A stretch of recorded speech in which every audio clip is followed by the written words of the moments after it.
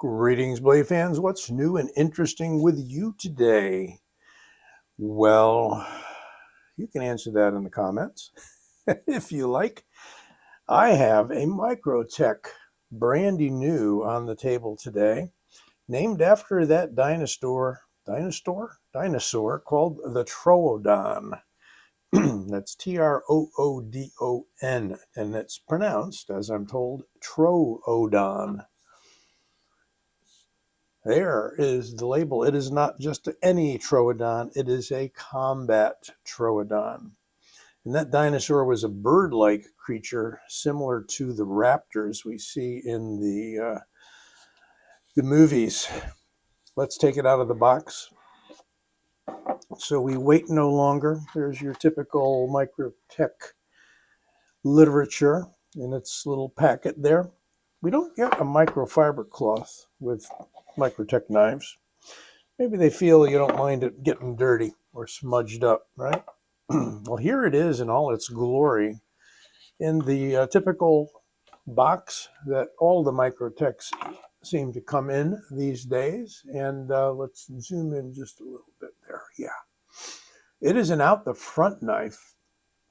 It is in a red color. I seem to be landing on red as available knives. I actually got this one at a local gun store, and they hadn't gotten any new refreshments to their Microtech inventory for about a year, I think.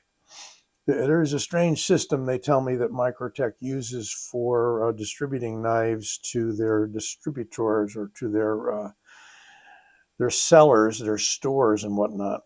And they kind of call you one day and say, we're going to send you this, this, and this. Do you want it? And you have to take what they give you. It's a very controlled kind of a situation, and not all the retailers like that. But I saw this, and I said, yeah, that's the one. I love their Tantos. I think Microtech does a fantastic job with their Tantos. I like how they clip that down just a little bit. So it's not, the point is what would have been up here, but they drop it down a little bit with that grind. There's your Tanto grind. I feel you get a little higher grind on the asymmetrical blades like the Tanto or the standard drop point that they have than you do on the double edges. Double edges, you know, that grind's got to be a little less than that. So we got a flat grind. We've got Microtech on there, USA Combat Troodon. This is the new Gen 3 Troodon. And what makes it different is this Crud Cutter on the switch, the dual drivetrain, I think is what they call it, which has to do with the adding of springs on the inside. I'm sorry, I'm dumb about that. I believe that's what they did. And we've got a new kind of clip, not that new, but it's relatively new and different from the your traditional kind of bent metal clip that Microtech uses on like their SOCOM Elites and so forth. Anyway, got a big old ball here, ceramic ball I believe it is, that does allow it to slide in and out of the pocket quite nicely. It's got pretty firm, it's a titanium clip, pretty firm grip there. And I do like the red color. You know, I wasn't a big fan of those bright colors, but they're kind of growing on me the more that they make them. And they got all kinds of bright colors these days. They got blue and pink and the red, obviously, purple. But it is so smooth compared to previous generations and models of out the front knives from Microtech. And I believe they've reduced the amount of blade wiggle, which you have on most out the front knives, because it's a thing about tolerances and about getting that blade out there reliably. It's just so easy in and out there compared to some of the others. And I will do some comparisons soon. This one, yes, is semi-serrated. I find that is useful if you're ever going to use the knife. You've got enough smooth edge there for your smooth slicing.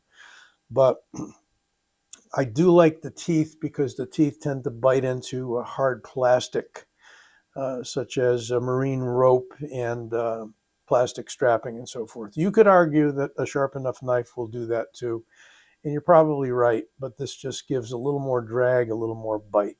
I think somebody told me once, no, the only purpose for these is, sensory removal, and this is how you get it started on cutting the neck and so forth. I don't think so. I don't think so, and I don't think Microtech would tell you that they do that either, because they put the serrations on a lot of their knives.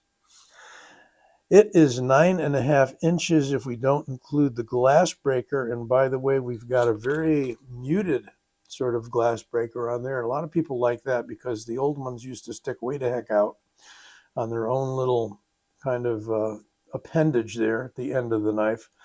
But we've got that 9.5 inches. It is a big old knife, NAF blade. It is 4 inches. I think they're calling it 3 3/4, and that's probably where the cutting edge is. So you get a 3 3/4 inch cutting edge and a full 4 inch, actually like a 4.1 inch blade there. Crazy. And let's see who's messaging me. Okay. Let's get some other dimensions before I put you to sleep here. The blade stock is 3.3 inches. No, 3.3 millimeters. Damn, I need more coffee. Let's try that again. Going to be hard to get this blade stock exact. Let's see. Yep. I'm going to call it 3.3 millimeters, and let's see what I can do in inches here. 0.12, and the handle, 0.56. Before you think that is a thick handle, it really, really isn't.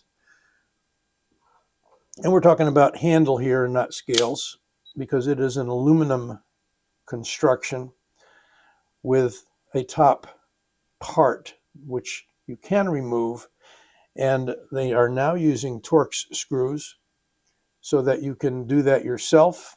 And I think gone are the days, to some degree, that you're voiding warranties by doing that. You may still be, but they're giving us a little more encouragement. It's 5.14 ounces, which for a knife this size is not bad.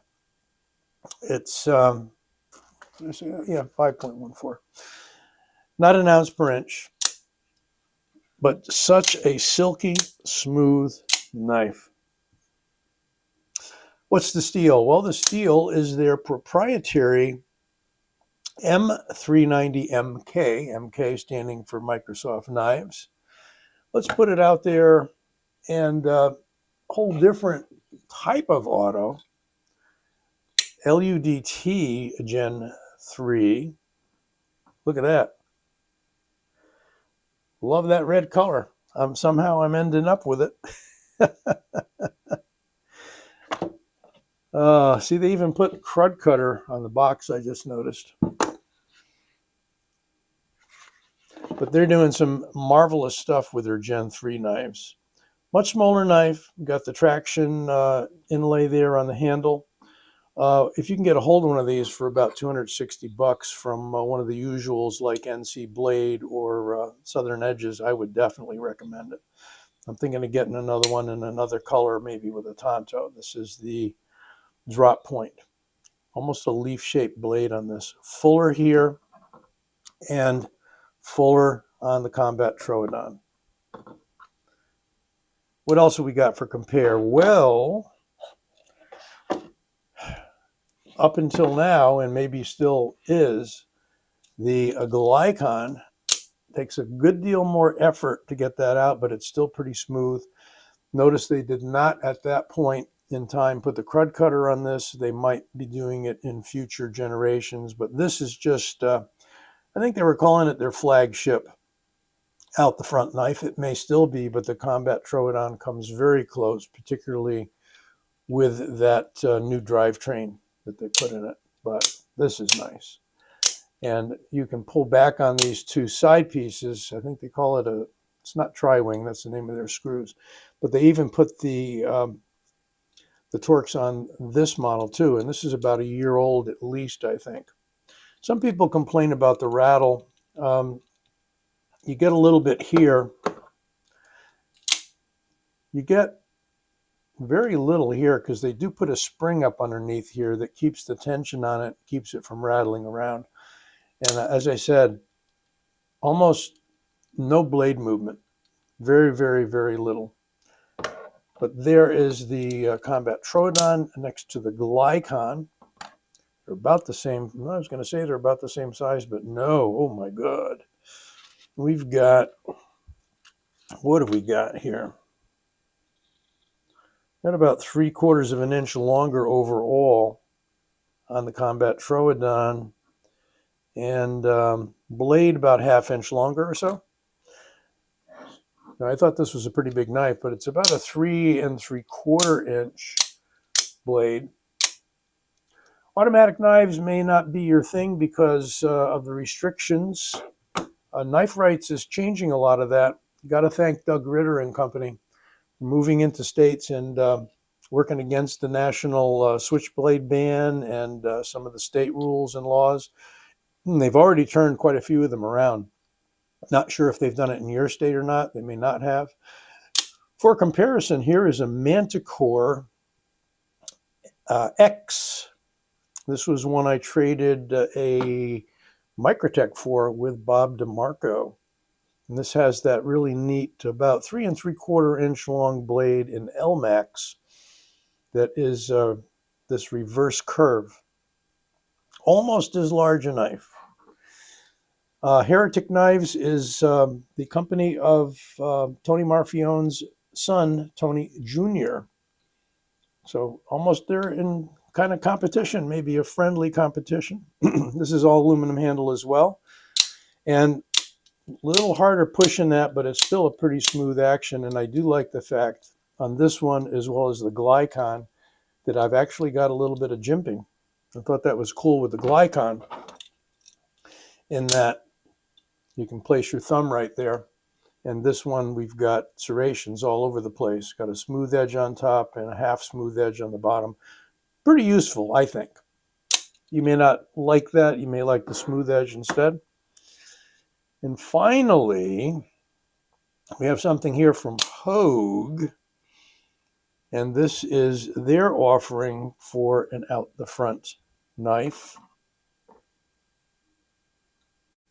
It is the Counter Strike. Had to check on that name. Beautiful Tanto, but notice how much narrower the blade is. The whole thing is a smaller form factor than these two big boys here. See that? And of all of these, if we close them up, I would say we've got the tallest handle measuring the width of it, except maybe that flare there on the Glycon. There they are in a closed position. One of the advantages, by the way, this has a beautiful Damascus G10 side on it and aluminum on the other one with the same pattern from Hogue, the Counter Strike. Came with a big old glass breaker on the end. They give you the ability to switch it out with just a regular screw. And I did that.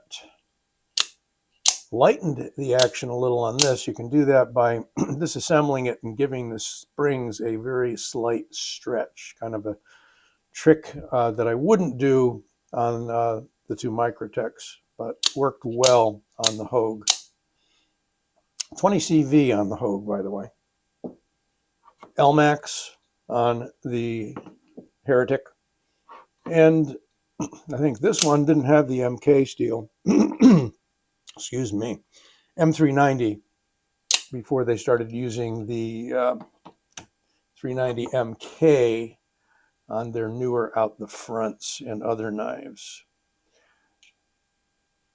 Advantages of this style knife, there are many. The thing that I like is as soon as it's open, it's in a useful position to cut, to thrust, whatever.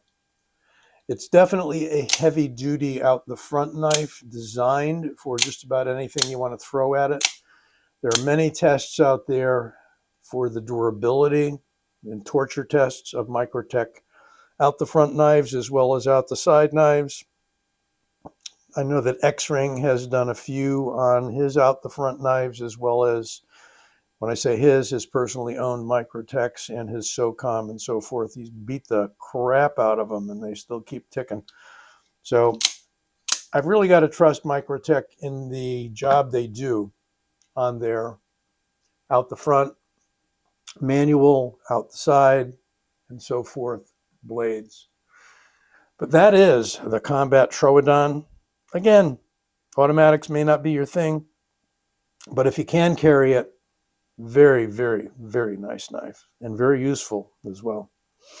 Be well, take care. Click this logo right now and you will be directed to where you can subscribe to the channel if you haven't already. And I hope you like this video. Be well, be safe, see you soon.